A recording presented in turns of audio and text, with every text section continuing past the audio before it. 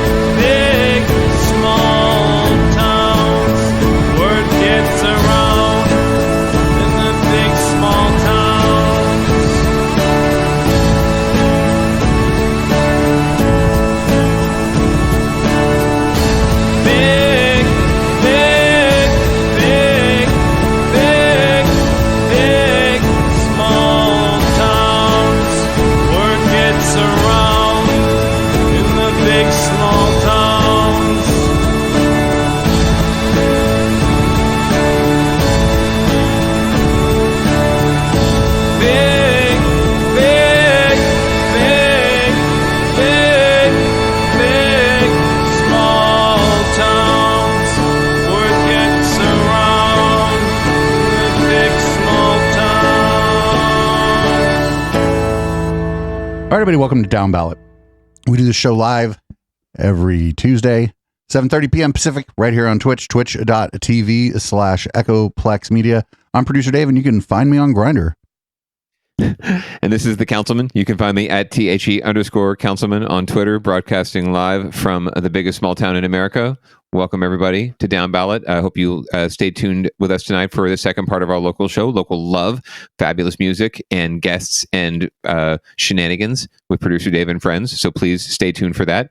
And if you're a podcast listener, thank you so much. Continue to download this on your podcatcher of choice, and please recommend us to your friends. We love your referrals. And if you don't have any friends and we're a substitute for your friends, that's okay. But also, like, we believe in you and people will like you. Just go find things you're interested in, be it shuffleboard or bowling, fucking cannabis, competitive cannabis smoking.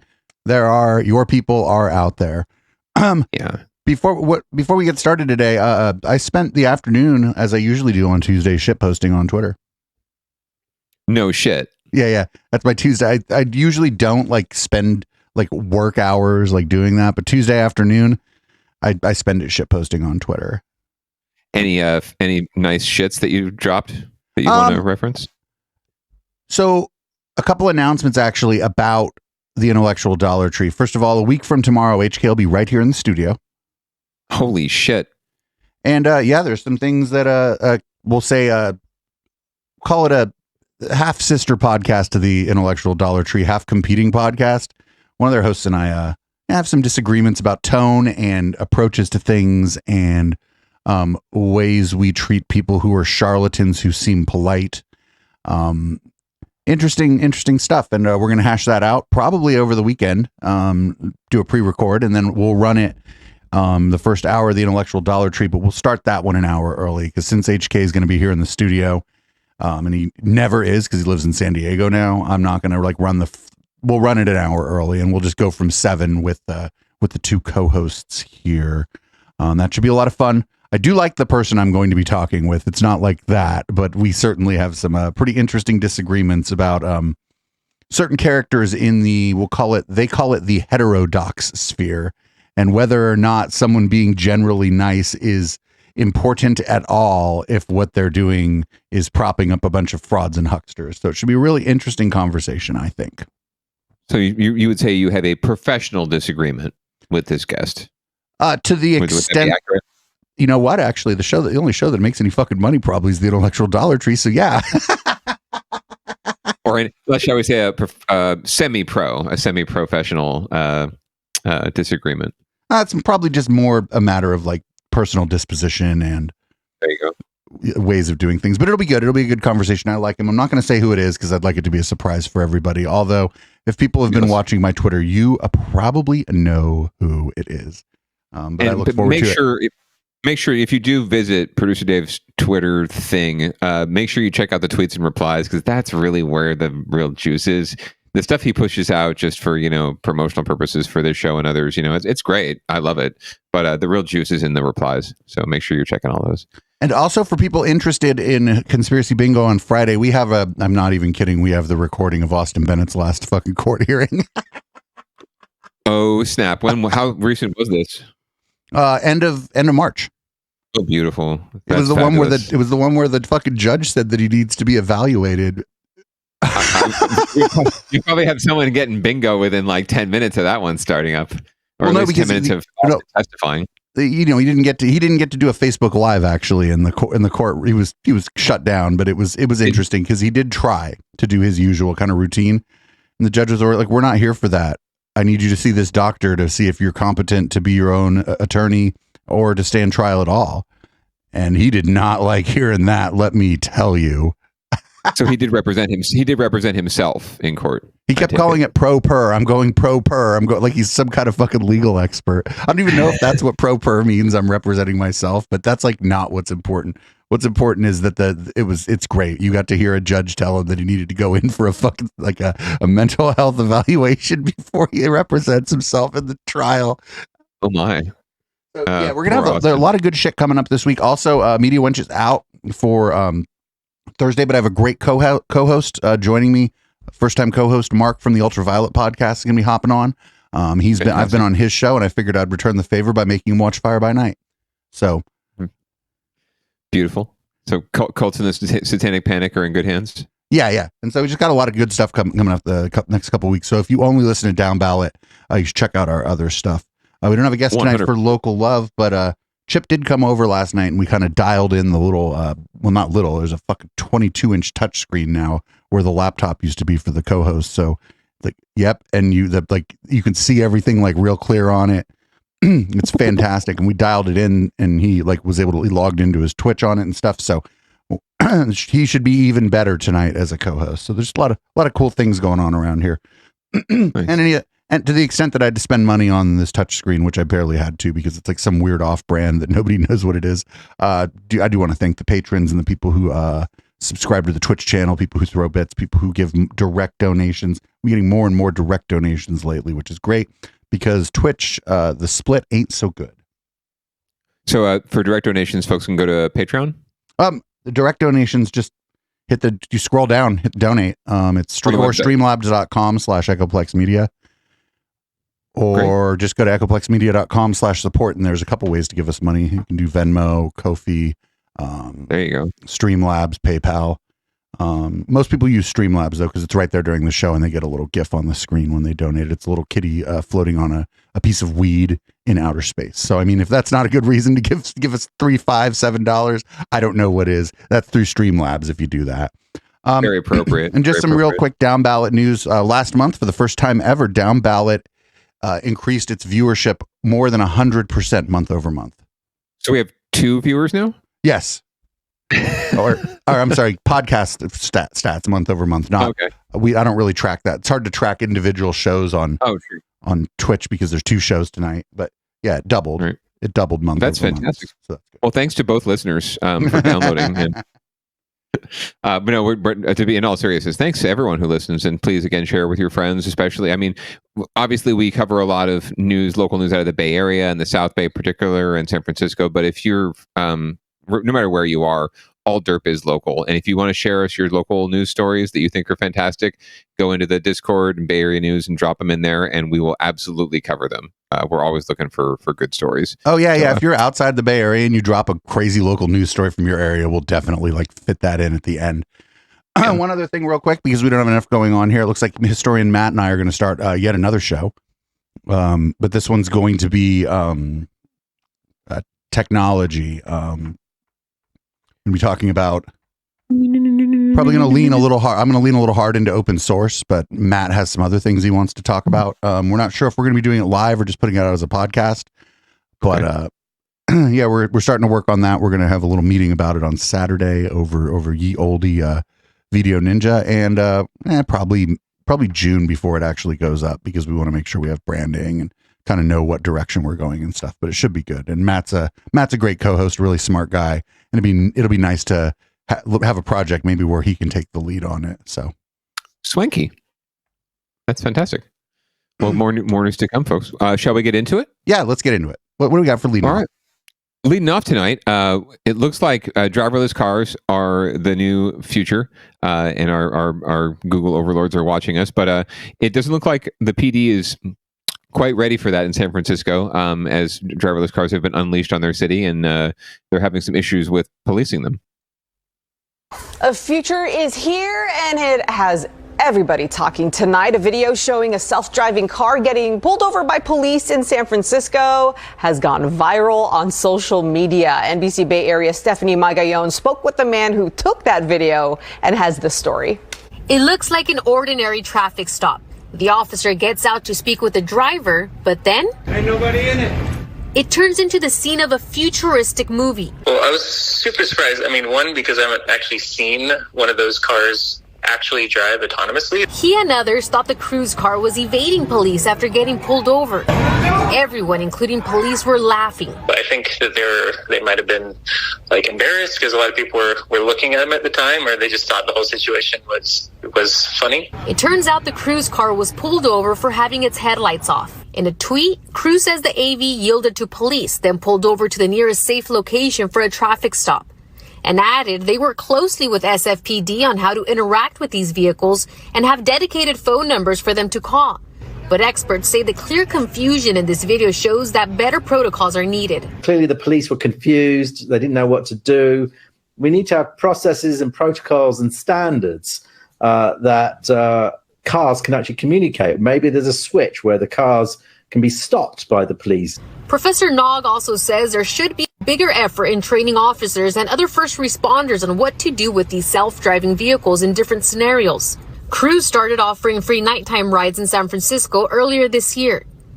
Those who've gotten a ride from them say they're safe. I did not feel like I was being driven around by a computer. It felt like there was a real human. He says they went up the hills, past jaywalkers and Mooney buses. He was really surprised by how well the car maneuvers. The experience was magical. We reached out to San Francisco police for comment, but have not heard back yet. In San Francisco, Stephanie Magallon, NBC Bay Area News. I liked how after the cops sort of started walking away from the car, they were all, "Fuck you."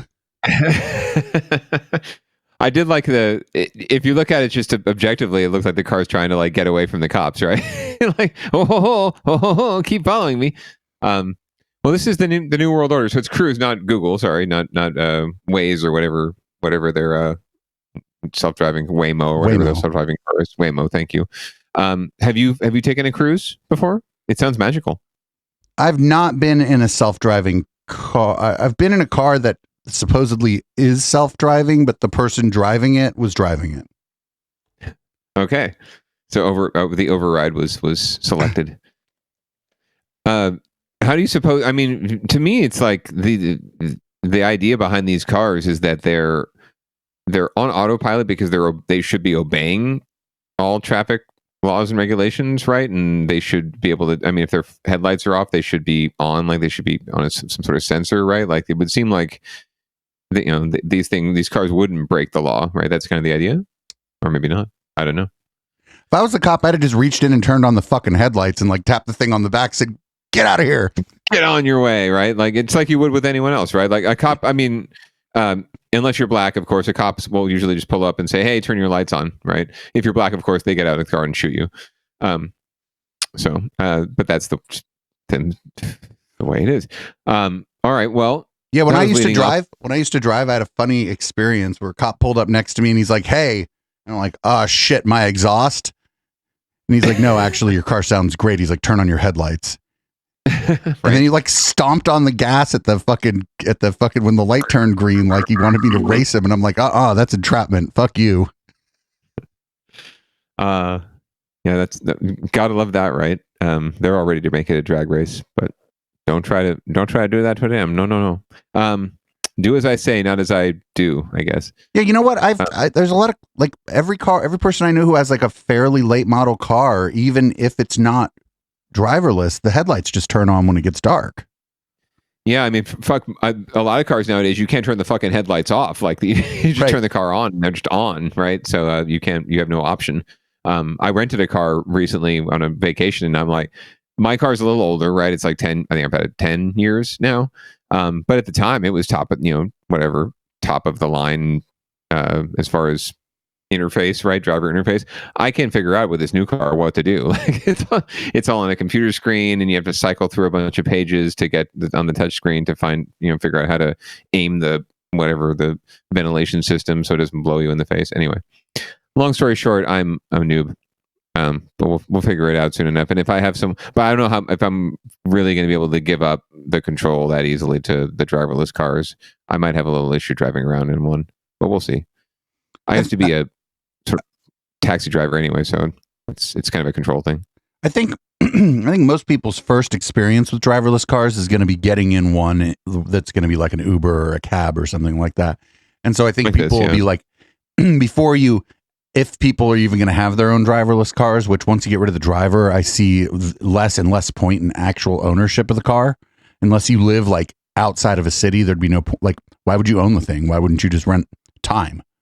Where you just have your schedule and the car comes and picks you up at the normal schedule, takes you to work, fucking picks you up. Or I'm off work a little early and then you wait a few minutes or whatever.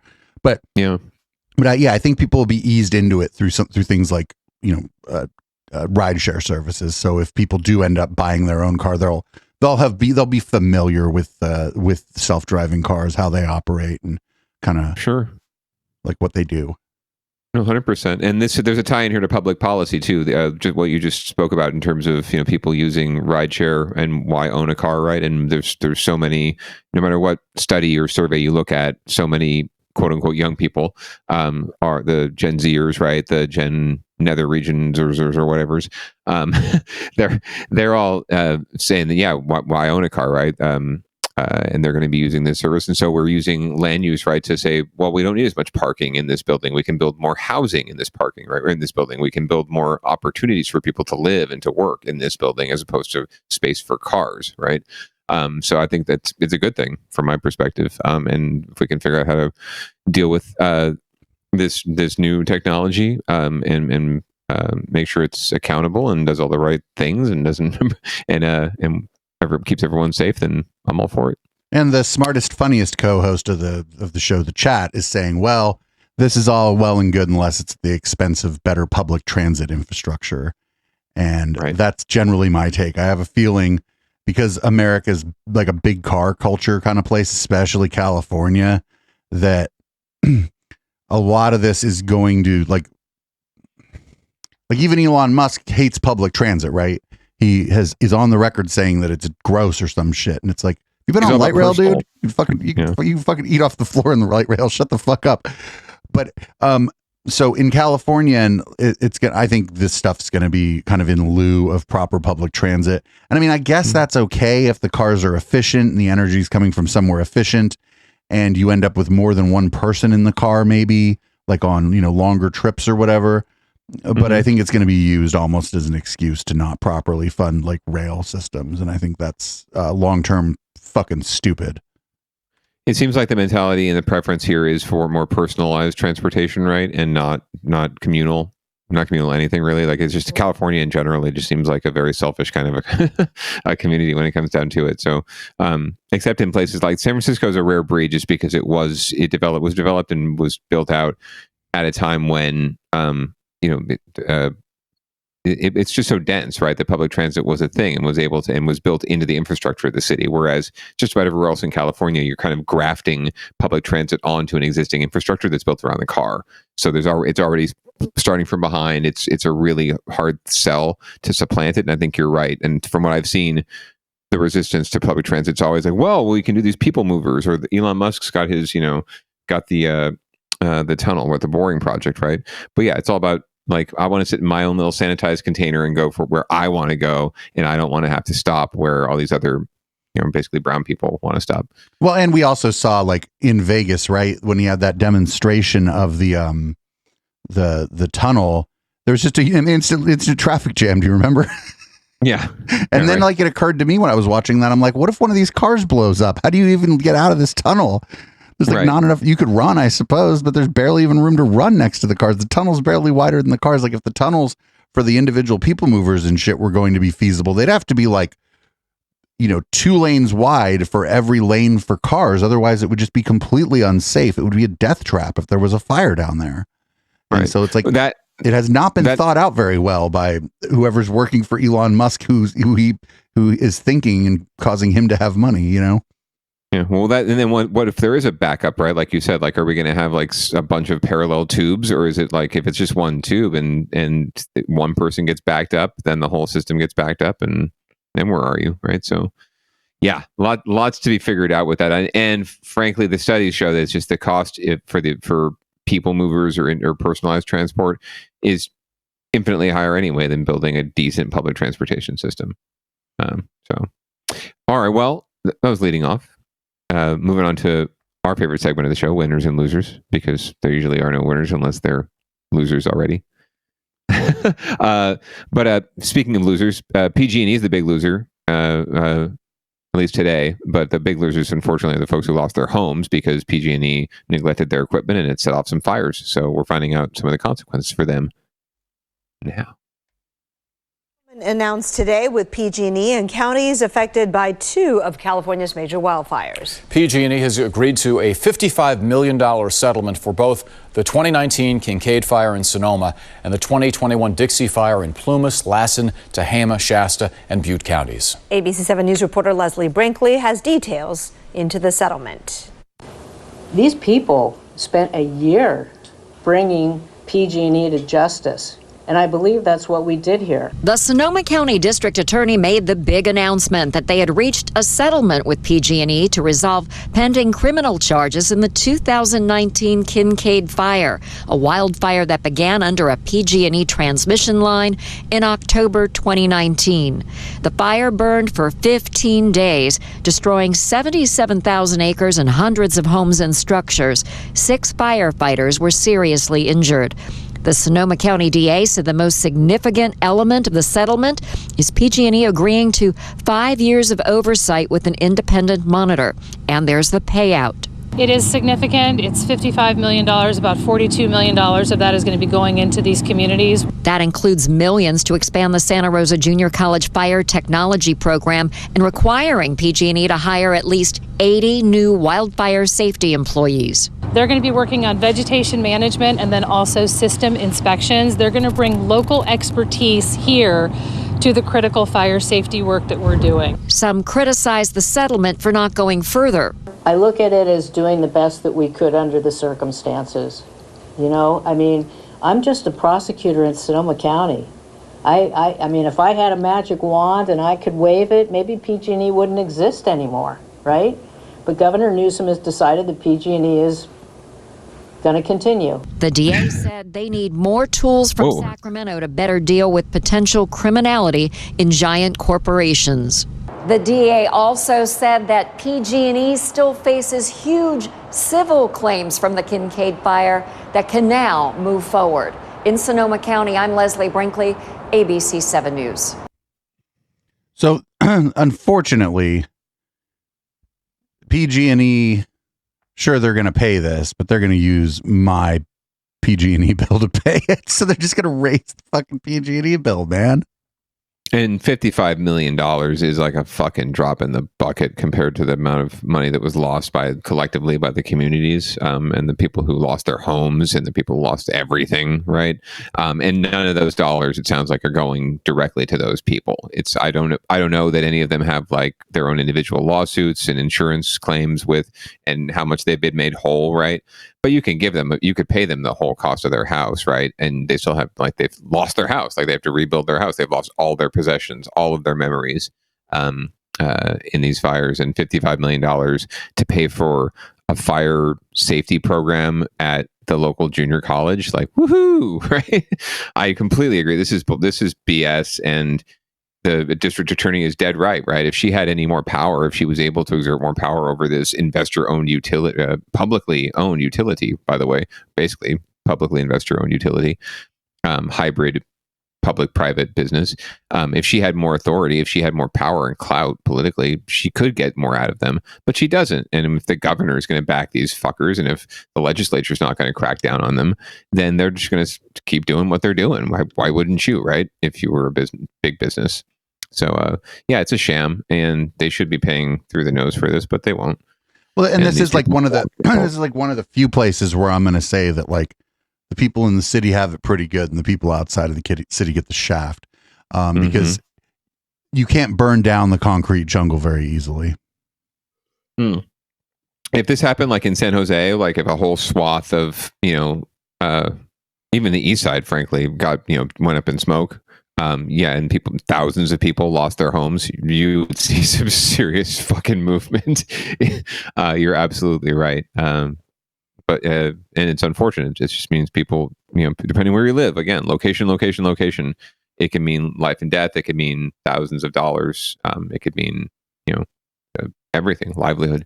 I mean, there were like, we actually watched very little of it. It was like when we first started doing video, probably in 2019. And I made an editorial decision to not air a bunch of fucking trauma porn, basically, of people, videos from their cars, of them driving their car in a place where I'd be like, don't drive there, your car is going to catch on fire. And it's like, well, I don't have a choice, really, actually. I got to get out of here. And so it's either I go this way or into the fire. Yeah, you got to go into the fire to get out of the fire. And so, I mean, we made a decision. I made a decision not to run a bunch of that, but like, just think of like what that was like. Like, okay, for an adult, bad enough, but what about for a kid or a pet or a pet who has no idea what the fuck's going on, doesn't like the car in the first place now. And so like, this doesn't even begin to touch like, not just like individual trauma, but like community trauma community trauma that these people are going to feel. There's a woman I know, she's a good friend of a mother of a good friend of mine. And whenever she hears the wind start to howl, she starts to get fucking nervous. And she's not nervous that like her, window's going to break or a tree's going to fall. She's nervous that her fucking city's going to burn down. And so that's like a different kind of nervous. And so like people are going to be living with like the results of, having lived through fires before. And it's not like the people who live through these fires are in a position to just, well, I'm going to go move to San Francisco or San Jose or even Sacramento, where the fire danger is lower, because that financial hurdle is pretty big to get out, to get out of the countryside or whatever. So, it's no way it works in reverse, but not that way. Yeah. And that's harder to quantify, right? Like you can't really quantify like what is that worth, but that's not nothing. And it seems like that gets left out of a lot of this, you know. Reading burned down a couple times, and there's, I mean, it's kind of, we shit on Reading, but like, well, not Reading the city. Again, the city was generally fine because it was, it's concrete, but the areas around it have caught on fire, and those people are fucking traumatized from that shit. I just wonder how much that like kind of plays into the civil unrest that's going on up there. Kind of if that shit's in the background, like how does that play into the civil unrest going on up there? Folks in rural areas across California and anywhere really, but especially in California where you have such a dichotomy between the urban areas and the rural areas, the concrete jungle and the pastoral regions, there's such a stark contrast, and there is a stark contrast of resources and attention and and engagement. And the folks in the rural communities suffer from that in a lot of ways. They get, if in the nice time when nothing's going on, they do get their privacy and their space, right? And they get lower cost of living, but they also just get less services and less attention. And when shit hits the fan, they're going to get neglected. Whereas if shit hits the fan, in San Francisco, heads roll. So I think you're right. I mean, so if something bad like that happens in San Francisco, the body count might be higher, but you also have people living closer together and they could engage in more like mutual aid on foot, basically. They can engage in mutual aid. Oh, my place didn't burn down. I have a bunch of food. Let's go help some people. Well, if you live a block away from the block that burned down, that's easy enough to do. But if it's 15 miles away because you're out in the middle of nowhere, then it makes mutual aid and community aid a lot harder. Makes it harder for even people from outside of the area who want to help. It makes it harder for them. And it's just more difficult when, shit happens there. 100%. And we saw how people come together during the, for those of us who were alive during the 89 quake, I think people really did just dropped all pretense, just pitched in to help, because when shit really hits the fan, people do generally step up to help their neighbors. And sometimes it's the only time they step up to help their neighbors, but at least they do it when shit hits the fan. No, I mean, it was amazing. I was a kid, but I've seen stuff about it since. The MacArthur maze fucking collapsed. And within 10 minutes, people in the neighborhood were climbing a collapsed structure to try to save people they've never met. Right. At like massive risk to themselves. And like, if you're in the middle of nowhere, that's just, who's going to do that? There's nobody, even if everybody wants to, there's nobody there to do that. No, not at all. Just your neighbor who probably just lost their house too, right? And your neighbor might be far enough away that in some cases, depending on where you're at, or they might just be trying to get the fuck out. They might have evacuated, because it's not earthquakes they're worried about up there. It's fires, and you have a little more time with fire than an earthquake, right? A big earthquake could happen right now and the whole fucking shit could fall down. Last show ever, everybody. but then if my place fell down, my neighbor's place that didn't fall down, they'd be digging through the rubble in 5 fucking minutes to try to drag my ass out. I'd be like, there's red audio interfaces in there. They'd be like, shut the fuck up. Get the touch screen. Get the touch screen. Yeah, but it's the problems compound. It's harder. And an earthquake's more immediate. Like there's fires after it, but after the earthquake's done, it's not likely that you're going to be able to help people right away. Whereas in a fire, maybe not. Well, if it was the San Francisco 06 earthquake, you've got the earthquake, and then the fire on top of that because of the gas leaks and whatnot. So there's sometimes more on top of things. Well, speaking of rural areas not getting as much attention as the more urban areas, we had a situation down in Gilroy we covered not too long ago, and there's a little more information coming out now about a kind of an interesting incident at a councilwoman's house. So we're hearing more about it now that there's been an investigation. A scathing new report has just been released about a Gilroy City Councilwoman. The report is the result of an independent investigation called for by the city after a deadly shooting at a Halloween party at that councilwoman's home. NBC Bay Area's Damian Trujillo is in Gilroy with the findings.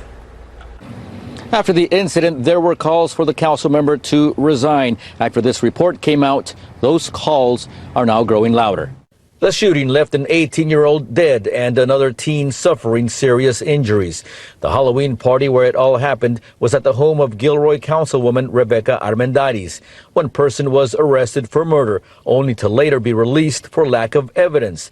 Today, the city released the results of an independent investigation. It's a scathing 120-page report about Armendariz. It was a very thorough investigation from what I can tell. As a result, the city issued Armendariz 10 citations for violating city ordinances. Among them, an ordinance meant to curb underage drinking. Investigators also say she violated Gilroy's special permits requirement.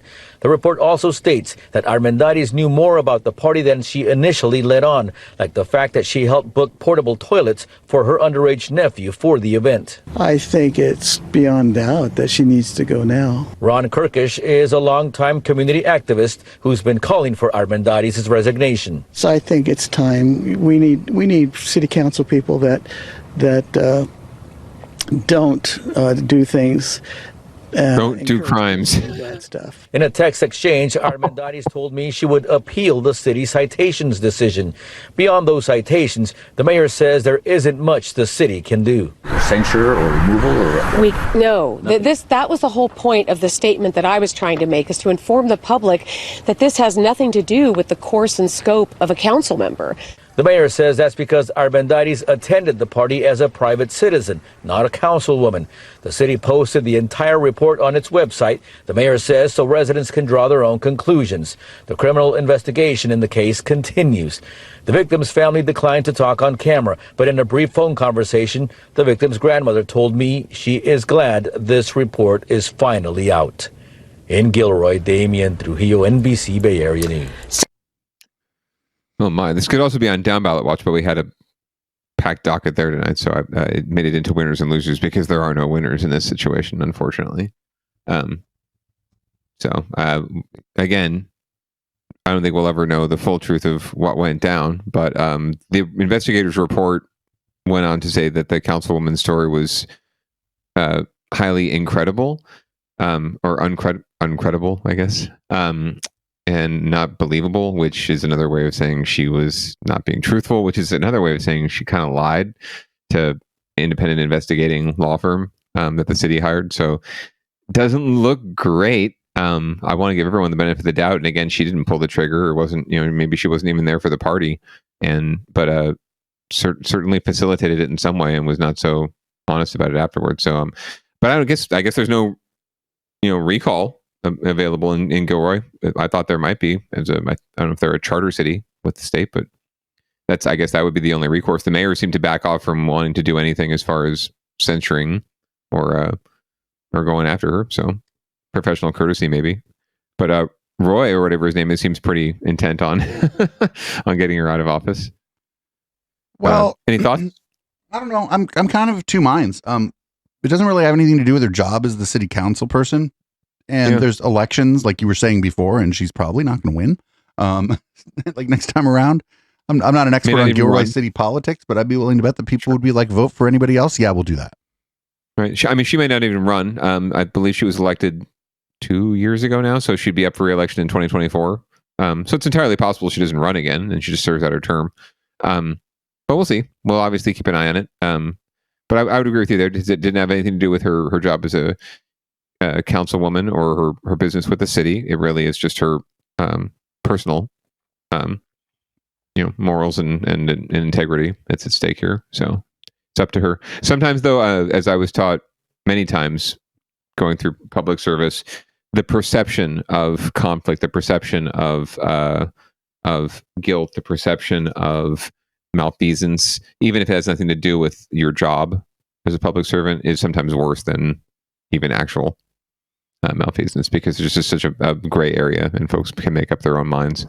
Well, right. If something happens and she's the one there to issue a statement about it because she just happens to be there, the city representative there, then nobody's going to maybe they need to listen to the city representatives, and people are like, well, she doesn't know what the fuck she's talking about. And then like a situation gets worse because she lacks credibility. Correct. That's the concern, I think. So that's the most concerning thing. If it had just been open and shut, yes, she facilitated these things, yes, I accept the citations, and everyone seemed to think everyone was being honest and truthful, then I think it might not go away entirely, but it would definitely lessen the blow. I think the fact that it seemed like there's been some obfuscation here is definitely going to hurt her, unfortunately, or fortunately. I don't know. Absolutely. We'll follow. we'll follow. But yeah, I think it will definitely hurt her in terms of political future, right? If she decides to run or not, I think you're right. It's going to be really difficult for her to win re-election. But again, people have very short memories in local politics. So we'll talk more about that later on when we do our ballot box bingo for the June primary. There's some interesting historical stuff going on in our local election. We're already ready for ballot box bingo. God damn it. We'll actually make a bingo card for it, though, I think this time. Oh, that'd be fabulous. Yeah. We can, that'd be great. Come up with our own bingo card. All right. Well, moving on down the docket, we seem to be bashing on Millennium Tower a lot, so we'll take a week off and we'll bash another public works project in San Francisco. The massive San Francisco Central Subway project is in serious danger of opening later than planned, perhaps much later. NBC Bay Area investigative reporter Jackson Vanderbecken learned groundwater has been leaking through the concrete walls of several underground stations, which may be the result of a flaw in the design. The long-troubled Central Subway through Chinatown now has a $1.9 billion price tag and is finally close to being done after years of cost overruns, delays, and other headaches. But there's one final hitch: leaks. Here at the Yerba Buena station, we obtained this Muni photo showing standing water in an electrical room. Oh fucking fantastic. An issue. At the Union Square station is where this white residue is the telltale mark of repeated leaks that Muni officials say they've now fixed. But at the Rose Pack station in Chinatown, Muni is still working to plug leaks in the ceiling, hoping to be done soon. Wow, that's a lot of leaks. I like him. More than I have seen before. Wait, one more time. Leaks in the ceiling, hoping to be done soon. Wow, that's a lot of leaks. That's right. You get him. It was many leaks, more than I have seen before. Local engineer Jerry Cawthon spent 5 decades working on major underground transit projects, including BART and Muni. The Central Subway was going to be vulnerable to leaks, he says, because it's 100 feet deep, built in the path of what Muni officials say is an underground river. When it gets down low, the water has tremendous pressure against any surface. If you're down 100 feet, it's 6,240 pounds for every square foot. Huge amount of pressure. Cawthon says the key to guard against leaks in concrete is to have a properly sealed, resilient membrane. And if it isn't sealed on the outside very thoroughly, then that water is going to work its way through, and it's going to be showing up on the inside. We first reported leaks started showing up back in 2019 when the subway project was already running a year behind schedule. Muni assured us then that it had the problem in hand. 3 years later, Muni acknowledges to having mixed results with ongoing efforts to plug the leaks. The contractor is blaming a design flaw, and a federal monitor says an outside consultant agrees, saying the system isn't properly sealed tight against leaks, like a bathtub. The monitor warns the problem must be solved this month to have any chance of meeting the fall scheduled opening date. Muni says the problem is not unusual in underground projects, and it's made progress, thanks to an Australian pressure grouting technology. But Cawthon wonders if the work can be done on time. Nothing about this has been done very well. As for that photo of Yerba Buena Station, Cawthon told us he couldn't believe it when he saw water pooling around critical electrical equipment. Well, that's not where you want water standing, that's for sure. Oh my God, I love him. Muni officials say although there's still some residual leaks in those electrical rooms, they'll get to them in time to safely open this fall. Jackson Vanderbecken, NBC, Bay Area News.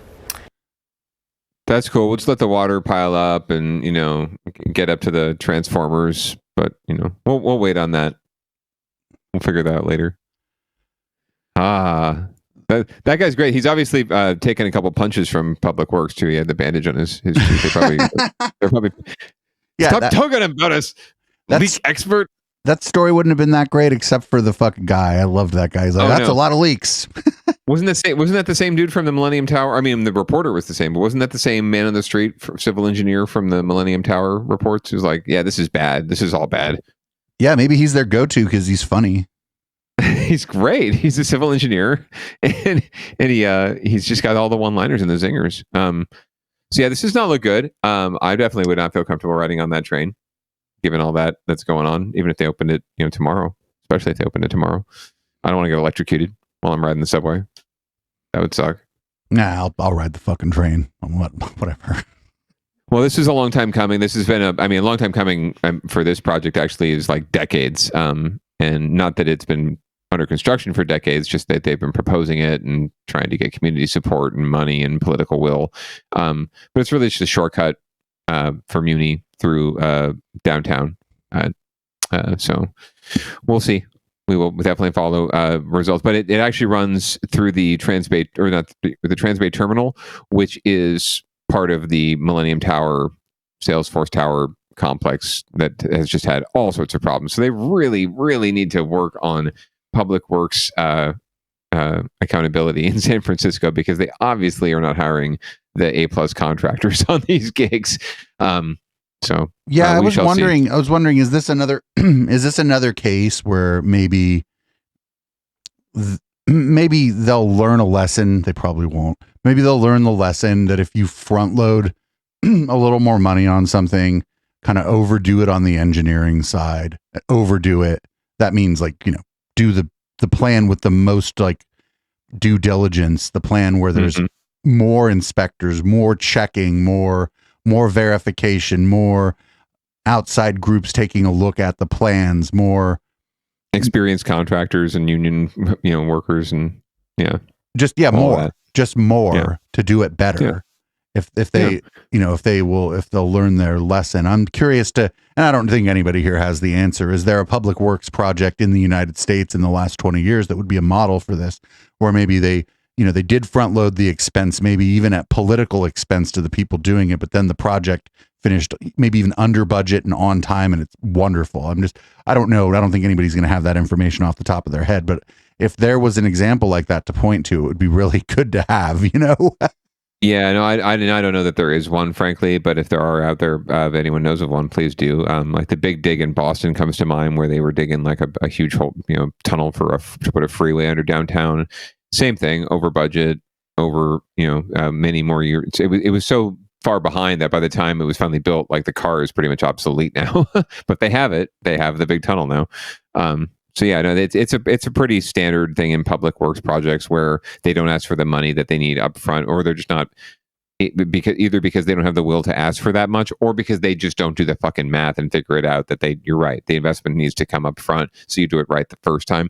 It's just like anything. Like if anyone has had a home project, right, a DIY improvement project, or just a home improvement project, or even just like you're replacing the furnace on your house or something simple like that, you want it done right the first time, and you should be willing to pay a little extra to have a professional do it, rather than like trying to cobble together, guy down the street who you just met, who's like, oh yeah, I'll do that for you for nothing, or you try and do it yourself, right, and you fuck it up, right? You might as well pay. The Good Wife and I are really big on specialized industry.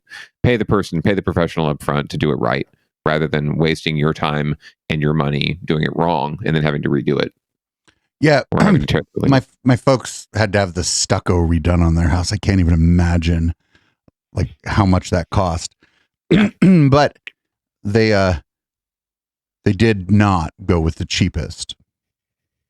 Yeah, my mom always says go with the middle. Go with the middle bid. Get like 3 bids and go with the middle one. Well, I don't know I don't know that much detail. I was like, oh, did you go with the low bid? My mom gave me the look. She's like, if your dad would have been in charge, we probably would have. But I went with the people who have a reputation and did the house down the street that looks good, actually. Yeah. Check the Yelp reviews. Make sure there's more than 2, but check the Yelp reviews. So, and it also just sounds to me like San Francisco really needs a win. And wouldn't it be a great win for the city of San Francisco if this fucking documentary we've been watching wins like a goddamn Pulitzer Prize? I think it's going to, and this is the episode that's going to do it. I'm pretty sure. Here's episode 5 of Saving San Francisco. Why should I live in fear? The answer is you fucking shouldn't. And if you're afraid, leave. The only thing you have to be afraid of is a wildfire.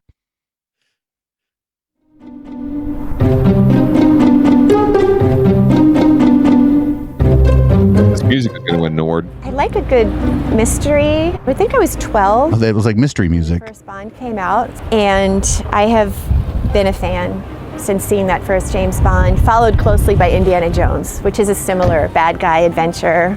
I'm like addicted to adventure. My name is Edie Silver Walker. I live in San Francisco and have been here for 23 years. One day, I was walking down Clement Street, did a little shopping, stopped to get a baked good at a Chinese bakery, always a treat.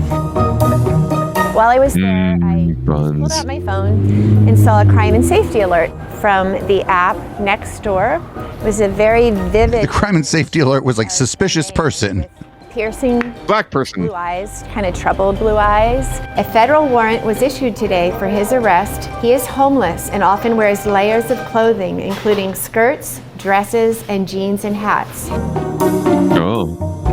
So that was that. I proceeded down a block and a half, kind of strolling, looking, and I looked in a doorway on my right and basically locked eyes with those eyes. And it was just the look in the eyes, the expression. It wasn't just the eyes, it was the expression surrounding the eyes, kind of intense eyes. And so we connected. And I kept it cool, I think. But in my head, I'm like, I just saw him. Mind your business. After I passed him, I did the old, forgot something kind of maneuver, walked by again, so he was on my left, and just kind of looked in and confirmed it was him, and then discreetly ducked into a doorway at a restaurant and called the SFPD, and they went over and identified him. Rude. And came back and told me he was apprehended. Police Chief William Scott commended me and thanked me. I helped them ID a very wanted fugitive. Who did that man end up being? His name is James Durgan. Durgan. Ah, there you go.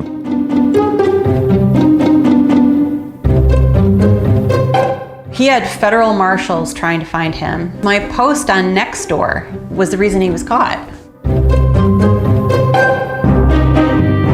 That was about 3 years ago. And since then, we know James Durgan has been arrested and released several more times. But even when he's in jail, Anne Ray feels like she can't escape him. She says it's like she's always forced to think about him, worry about him, wonder when he might be back. I just wanted to say something. When I tell people how many restraining orders he has and what he's done, it's hard to believe. Over the past 2 decades, there have been at least 16 restraining orders, including Anne's. It just actually makes a difference. That's why you want to do it. And her Wait, what are they doing? So they had her she bought a USB mic and put it on a stand, and then for the thing, they couldn't even catch the audio from her microphone. They just used what? I think they're showing her doing her business, her business. I think she has some online business here. I think. I don't know. I haven't watched yet, but I think that's what's going to. There's still a recording. There's still a recording. There's still a recording of her mic somewhere. Yes. Oh, absolutely. She's probably feeding that directly into her business Zoom or whatever, and this is just like a B-roll. Anne teaches online classes for artists, showing them how to sell their work. The fact is, you have made progress here. So she spends most of her days home alone and scared. Staring out her window with binoculars. A dozen of James Durgan's criminal hearings, and she often gives a statement to the judge. We haven't been allowed to record audio in court, so Anne reread one of her messages for us. If you release him yet again, the park police and I know that he will immediately return to stalking me. Please break this cycle once and for all. Please. Anne is convinced her pleas to the judge and district attorney will never be enough to keep James Durgan locked up. He's repeatedly been set free on the condition he complete drug rehab. But time after time, James has removed his ankle monitor and walked out. And even when he's eventually caught and rearrested, the court releases him all over again in hopes he'll eventually follow through with the treatment. It's scary. It's alarming. And the thing is, what is really scary is that people just don't even know how bad it is. It's like their crimes just evaporate, like it didn't happen, like they pose no risk, and it makes no sense. The DA and the judge make no sense. District Attorney Chesa Boudin ran on a platform of ending mass incarceration.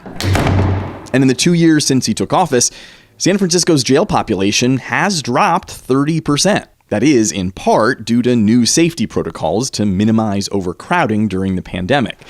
But Boudin's own policies have focused on giving accused criminals alternatives to jail. In fact, defendants in 30% of criminal cases have been able to avoid charges by completing what are known as diversionary programs, which can include job training and drug treatment. And that's exactly how James Durgan has been able to avoid going to trial on his most recent charges, which include accusations of violence. Each time he's been released from jail, James has ditched rehab, only to wind up back on the streets and ultimately behind bars. There's no limit on how many times a person can mess up when it comes to diversion programs. It's all up to the judge. Chesa Boudin. The DA says enrollment in diversion can lessen the chances of someone reoffending. But his progressive policies have made him a polarizing figure in San Francisco. Boudin's opponents have collected enough signatures to force him into a recall election this June, accusing him of being too soft on crime. That's put him at odds with the police chief and the mayor. Do you have faith the district attorney is doing everything he can to keep the city safe? I think you're going to have to ask him that. But I'm asking you, do you no. have faith in what he's doing? I am not necessarily on the same page with a number of things that he's doing. That doesn't sound like an endorsement of his office. Well, we are trying to work together, but there's... Oh, I didn't endorse him. His critics feel like he's been too lenient on criminals. Do you have similar concerns about his office? I think that there's been too much focus on the perpetrators of some of the violent crimes, and we need to start concentrating more on supporting the victims of this city than we are supporting, in some cases, sadly, the criminals. So if the city's top leaders can't seem to agree on how to fight crime, where does that leave James Durgan and his victim, Anne Ray? We took that question to the DA himself. You have a victim in this case who fears for her life and thinks your office isn't doing enough. There is no doubt that in some cases, regardless of who the suspect is, regardless of who the person who caused the harm or used the violence is, that the tools at our disposal as prosecutors, for judges, for police, for sheriffs, in many instances those tools are inadequate to fully address the societal harm, to help people heal, or to prevent future crime. The DA says a lack of treatment options and housing are partly to blame. But local prosecutors aren't the only ones who can charge James Durgan. Some of his alleged crimes were committed in the Presidio, which is federal land. That means the Department of Justice also has jurisdiction over what happens here. The U.S. Attorney's Office has been completely useless. They've known about Durgan for years, and they have chosen to not do a damn thing. Despite months of our repeated requests, the U.S. Attorney's Office wouldn't comment. Federal prosecutors have charged James Durgan before with burglary and violating Anne's restraining order. But after James served his time, he came back to the Presidio, right to Anne's front door. There's a few minutes left of this, but we've got the idea. Yes. This isn't a documentary about saving San Francisco. This is It's not. This is about one person. Yes, it's about this one, and apparently about this one lady's vendetta with this person, or at least her restraining order against him. I don't understand how this is some sort of indictment of this. I mean, SF has its problems, right? We've covered that pretty regularly, no doubt at all, but no more than any other big city or any other city, period. So I don't see why this is anything more than just another attempt to win a Pulitzer Prize. But hey, maybe if they do, then maybe they'll make even better stories. So, but I think also going on here is that for any of this to go through, the judge has to agree to it. So it's not just the prosecutors. It's not just the public defender's office. The courts also have to be willing to tango. Yeah, and as Chesa said, or the DA said, the tools are woefully inadequate for dealing with folks who have actual mental health issues or who have drug treatment issues or addiction issues and need that help, right? Even if they wanted to take it, right, and they were willing to take it, there aren't enough programs out there, and there's not enough beds, and there's not enough opportunity because we don't fund that. We just fund the jails and fund a place to put them and incarcerate them and put them out of sight and out of mind. And we don't actually spend the money to treat them and hopefully give them better opportunity for a life, right? And then what do we do on this one? And on this one, I'm not like some bleeding heart. Like, I don't think the person that they're doing this about should be mingling with the public, at least not until like serious work gets done. Not just like a long prison sentence and then let him out. No, that's bad. He'll be worse. But I think this is a person who, unless I'm missing a huge piece of this pie, right? This person does need to be removed from the community. It's just that, like, when we remove this person from the community, we're just going to throw them into a violent criminal factory. And so into one of those little terrariums you saw, like the prison, right? With the folks, just pacing back and forth in a tiny room, in a tiny cell, like staring at those walls. That's got to be really great for someone's psychiatric state, right? And psychological state. So again, it's just traumatizing them again. It's just like being on the street, frankly, to me, just like we talk about how these experiences, they can create mental illnesses. They can trigger, mental breakdowns, and they can cause more problems just by the trauma of being on the street or being in this environment. So. And people with mental health issues, once they are incarcerated, are more likely to be assaulted by other prisoners and by the guards. And so it's not like, it's just not treatment. Even like some of the treatment programs aren't so great. The inpatient treatment programs, a lot of fucking shit going on there too. Let me tell you. 100%. We could do a whole episode about that, frankly. So speaking of episodes, there's one more episode of this before their quote unquote. The next one is their season finale. I don't know what season finale means. I guess there's going to be a second season of Saving San Francisco, and they'll explore even more about this one person. But we shall see. But we'll watch like a minute of it and see if there's anything that's actually substantive next week. And or we'll watch maybe half of it, like we've been doing, or a little more than half of it. It's just we can just kind of decide on it based on timing, because we do have a hard out on this show. So what's up with Sam Liccardo? We're going to move on to Down Ballot Watch. What's going on with our least favorite mayor?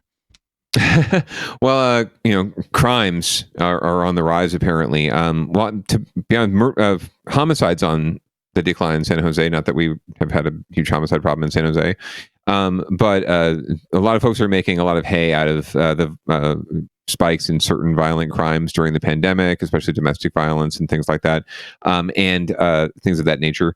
And the mayor is constantly looking for ways to get himself in the news and to look tough on crimes and to look like a potential, congressional or statewide candidate, and give himself a national profile. So he decided to hold a press conference to talk about how he's going to fight crimes. And it's mostly has to do with more cops. San Jose Mayor Sam Liccardo is rolling out his new proposal to crack down on crime. The primary goal is a familiar theme of the mayor recently, focusing on stopping what he calls the revolving door at the jail for violent felons, with a big focus on extreme repeat offenders. Liccardo noted a police report that identified 30 people who had been arrested at least 10 times, but immediately released because of a pandemic no-bail schedule designed to keep the jail from being overcrowded during the COVID outbreak. The bail schedule, as I know, will expire on May 31st. I think that's an opportunity for us at least to present data to the judges so they understand what exactly we're seeing out on the street in the communities. And I hope that they will consider some of that data. Legal analyst and former prosecutor Stephen Clark points out the courts are supposed to be independent of law enforcement. But what Mayor Liccardo is saying is there's certain people that should not be released because of a public safety concern.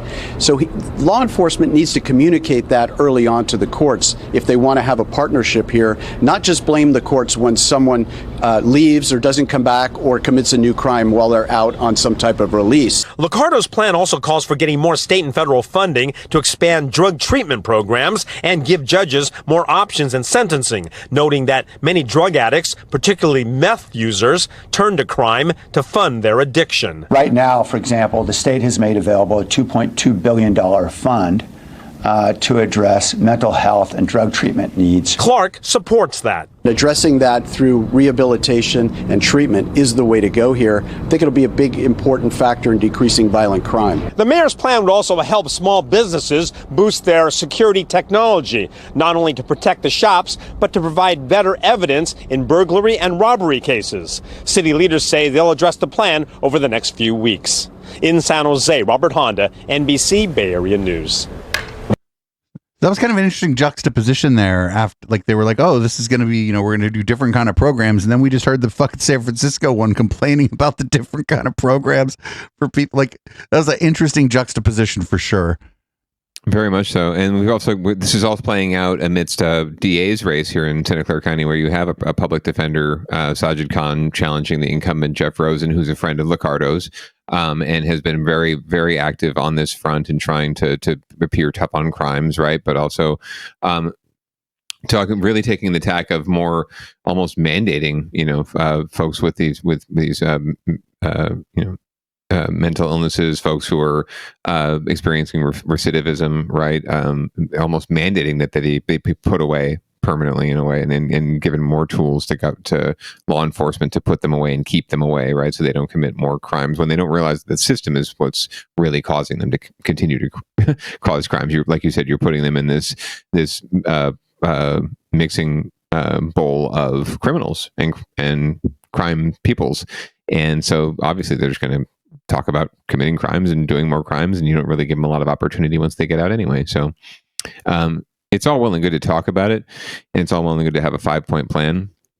When it comes to actually implementing it, it takes political will, and it takes time and thoughtfulness, and you can't just wave a wand and write a memo. You really have to dig in, and if you really want to help people, you got to do the dirty work of community building and building consensus around these kind of solutions.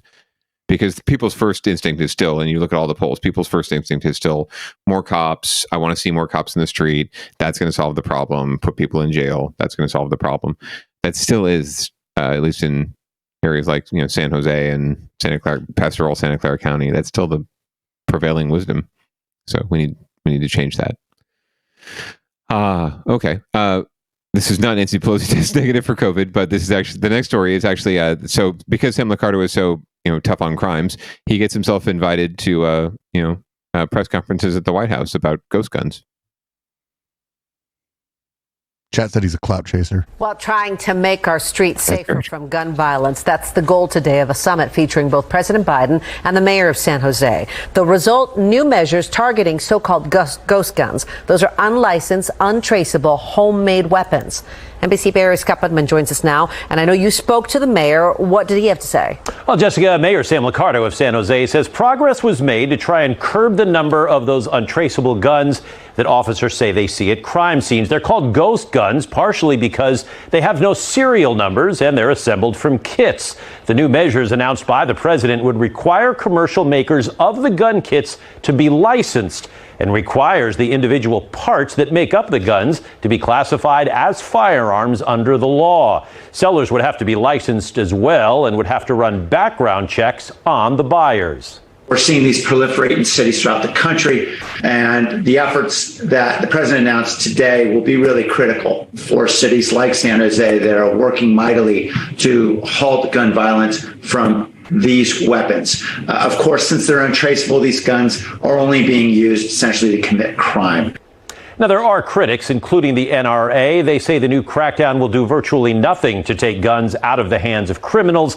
Mayor Liccardo says as recently as 2017, San Jose police officers seized 5 ghost guns a year. Last year, that number went up to 287. Now, that's about a quarter of all the guns they seized last year. Nationally, more than 20,000 ghost guns were seized last year. 65% of those found in California. Jessica? Okay, thank you very much, Scott. Now, Well, there you go. The beginning of Sam McCarter's congressional campaign. Obviously, tough on guns, tough on crimes, tough on other things. That's sort of his game plan. That's a bit of a nothing story, and here's why. If they start requiring all that stuff, people can just 3D print a lot of the parts. So, for sure. Yeah, no, it's more window dressing than anything else, right? It's like what did the chat say? Cloud chasing. That's exactly what this is. It's fucking cloud chasing. This is another version of cloud chasing. So Libby Schaaf, mayor of Oakland, was also at that press conference, but she's also rather pissed because Las Vegas keeps stealing all her professional sports teams. They took the Raiders, and now they've been making a lot of noise about trying to steal the A's. So she had a few things to say about that recently in an interview. It's going to be more complicated, and you've got to be much more environmentally focused when you are developing on the precious California coastline than in the gross desert of Las Vegas. So yes, it's more complicated, and it's totally worth it. I saw that shade. It was slipped in there real quick, but okay, we got it. A little bit of civic shade going on there. I mean, she's not wrong. There's more regulation by the coast for like a good reason. Oh, 100%. Oh, and then the land in Oakland, right? It's just so much more valuable. And what they're talking about building this ballpark and this sort of development down by the harbor, right? This is very valuable land and it's very useful land. Whereas Vegas, they can just build out as far as they want. They've got infinite space to use. Even within the city, they have tons of space. So this is just more, civic shade. The backstory is that they're working on trying to work out a deal for to keep the A's in Oakland, or at least to build a stadium for the A's to build a stadium in Oakland. So we shall see. I think it still gets worked out, frankly, because the A's would benefit. They would still they'd be the only team left in Oakland, frankly, so they'd have a market all to themselves. So we'll see what happens. But I love that little jab there at our friends down in Vegas. I could give a fuck. After watching the 49ers stadium in Santa Clara, and then watching the city and the 49ers, and everybody's always fighting and nobody gets anything they want, and it isn't working out as well for the city as they thought it was going to work out. I don't give a fuck where the stadium goes. Yeah, it never does. It's always a boondoggle. To me, it's like if a team wants to put up all the money, right, do all the work, the city doesn't have to spend a dime to do it, right, and they get to reap the tax benefits, then okay, I'm totally cool with that. But every time you involve public financing or public money, the city never gets what they put, gets their investment returned. And it's happened with Santa Clara. It's happened in small towns across America, mostly with football stadiums, frankly, because the revenue and the return on the investment is not that great. You get like 10 games a year and then maybe a few concerts when U2 or fucking Taylor Swift comes to town. But most bands aren't playing fucking Levi Stadium, there's like a handful. There's like 5 bands that could play Levi Stadium and sell it out. So there's really not a whole lot of opportunity to recoup, right? Even, but the big lie is always there, like, oh, it's just going to be a big boon for the city, and then they just play on everyone, on the love of the sport, especially with the NFL, right, and the broad appeal, and throw a lot of money at it at the election, because spending a ton of money in an election is worth it to make millions and billions of dollars over 30 or 40 years life of a stadium. So. Yeah, usually the city gets screwed. That's why Libby's been playing hardball with the A's, frankly. Like, they're going to get a decent deal, but they're never going to get a perfect deal. The only thing worse than building one of these stadiums for any of these cities is to have the fucking Olympics. Oh God! Don't even get me started there. Yeah, there was like a referendum, I think, in one country where they had been like the government had, the committee had gone and got the bid, and then there was like a referendum circulated where people wanted to vote to say no, we don't want the fucking Olympics. So there you go. I think it was China, actually, but their government doesn't exactly listen to the people in China. So we're going to go ahead and end with a positive story. We don't do a lot of positive news around here on any of the shows, but we always end Down Ballot with a positive story. There's a soapbox derby. It hadn't happened in 40 years in San Francisco, so like fucking nobody here was even a fan of it. But apparently it came back, and I bet like the video from it is going to be fucking adorable. I think it's coming. I think this is a preview, so let's see. But I think they had some preview footage. That encourages creativity and just plain silliness returned today after more than 40 years. Oh, it did return. Okay. Oh, is that COVID?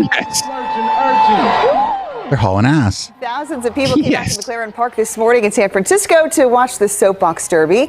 Dozens of teams took part, and the main rule was that those homemade vehicles could not have a motor. It was just an excuse. This whole thing was a project. Oh my God. Excuse to like collaborate and go really fast, enjoy, like it's such a good COVID break, I think everybody That's was awesome. ready for something like this. Looks pretty fun. The race was organized by the SF MoMA. The last Soapbox Derby in San Francisco was in the 1970s. There's no word yet if this will become an annual event. Oh, it should. That was very fun. That was very cool. The one of the Twin Peaks Tower, that was very well done. Very creative. San Francisco needs a win, and this Soapbox Derby is the win. I freaking love this. All right, well, let's end it on a high note. Who's reading us out into local love tonight? Well, before we go, I think that like the guy doing the documentary should do a documentary about the fucking soapbox race, and then he'll for sure win the fucking Pulitzer Prize. Why is it that you didn't have a soapbox derby for 40 years? People were clamoring for it, and you were sitting there doing nothing. There were no soaps and no boxes. San Francisco was a dearth of soapbox derbies until one day. Till one great San Franciscan stepped up. Well, thank you as always, Producer Dave, for another wonderful episode of Down Ballot. Everyone, please stay tuned for Local Love coming up right next, in like minutes, seconds, right here on Echoplex Media. Give us your money to make sure we can continue to provide fabulous programming every night to you. And please tune in every Tuesday at 7:30 Pacific for the live version of Down Ballot. If you are one of our 2 podcast listeners, please continue to download it and share it with your friends. We know you're sharing it with like 10 of your friends, so we're just going to figure we have like at least 20 listeners. You're having a listening party. There you go. And thank you as always for tuning in. Make sure you get vaxxed, wear your mask if you want to, and pants are completely optional. It's Audible Smoke. It's locals. We're going to run a few songs on the auto DJ. Pour a drink. Chip DeVille's going to make his way over here, and we'll be back for Local Love. Chip just arrived here.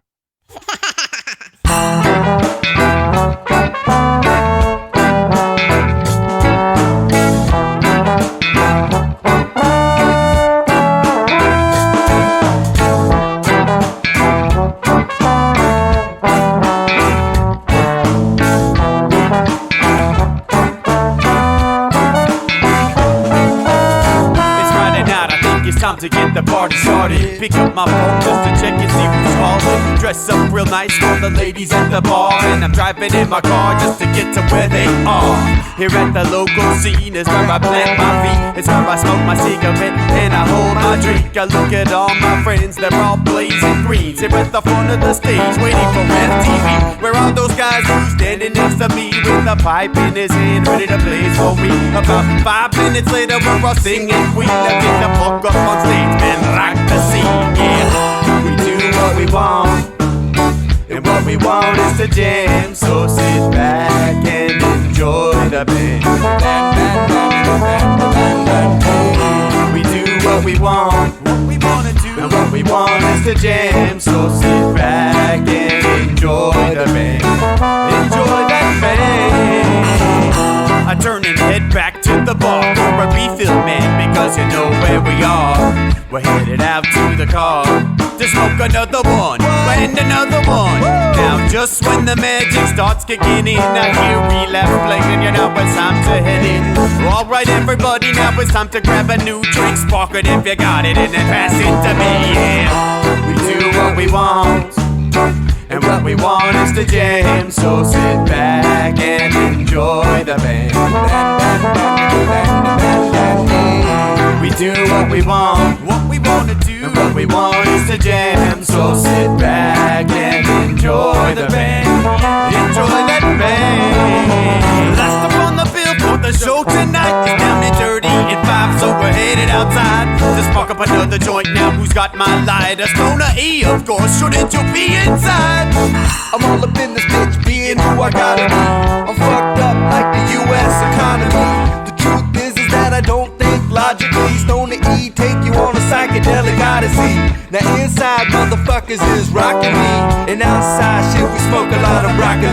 Rocky the roller, yo, that sexy girl be jockin' me. Ain't too drunk to fuck, but I'll probably do it sloppily. We do what we want, what we wanna do, and what we want is to jam. So sit back and enjoy the band, enjoy the band, enjoy the band. We do what we want, what we wanna do, and what we want is to jam. So sit back and enjoy the band.